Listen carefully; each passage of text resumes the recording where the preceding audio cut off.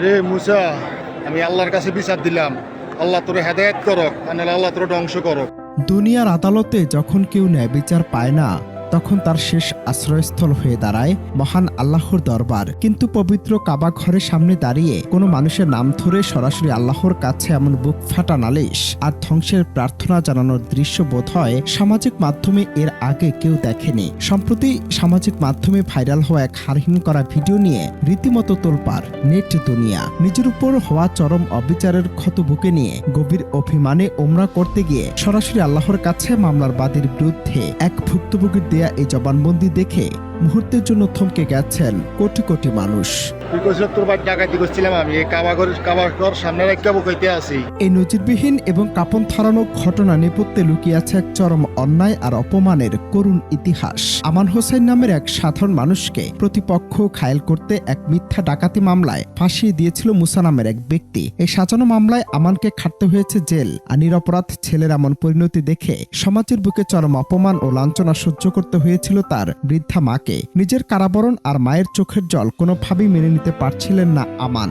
দুনিয়ার মানুষের কাছে নিজের নির্দোষ প্রমাণ করার সব পথ যখন বন্ধ হয়ে যায়, তখনই তিনি মনস্থির করেন আরশের মালিকের শ্রেষ্ঠ আদালতে এই জঘন্য মিথ্যার বিচার দিবেন। আমি তোর বাড়ি ডাকাতি করি নাই, বুঝছ?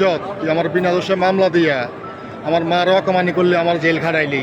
ভাইরাল হওয়া সেই ভিডিওতে দেখা যায় পবিত্র কাবা শরীফকে সামনে রেখে কান্নায় ভেঙে পড়া আমান হোসাইন সরাসরি বাতির নাম উল্লেখ করে বলছেন, মুসা, তুই আমার বিরুদ্ধে মিথ্যা ডাকাতি মামলা দিছস। আল্লাহকে সাক্ষী রেখে বলছি, আমি তোর বাড়িতে ডাকাতি করি নাই। আমার মাকে অপমান করা হয়েছে, আমি জেল খেটেছি। আজ আল্লাহর কাছে বিচার দিলাম। আল্লাহ হয় তোকে হেদায়েত দান করুক, না হয় তোকে ধ্বংস করে দিক। একবার ঠান্ডা মাথায় ভেবে দেখুন, একজন মানুষের বুক কতটা ফেটে গেলে এবং নিজের সততার উপর কতটা অটুট আত্মবিশ্বাস থাকলে পৃথিবীর সবচেয়ে পবিত্রতম স্থানে দাঁড়িয়ে এভাবে প্রকাশ্যে কারো নাম ধরে এমন অমোঘ বিচার দেওয়া সম্ভব। আমাদের সমাজে সামান্য স্বার্থ, ব্যক্তিগত শত্রুতা কিংবা প্রতিপক্ষকে হয়রানি করতে মিথ্যা মামলা দেওয়াটা যেন এক অতি সাধারণ ও নিত্যনৈমিত্তিক বিষয় হয়ে দাঁড়িয়েছে। কিন্তু আমান হোসাইনের আকুতি আজ আমাদের সমাজের এক নোংরা বাস্তবতার মুখে মস্ত বড় চপেটা আঘাত।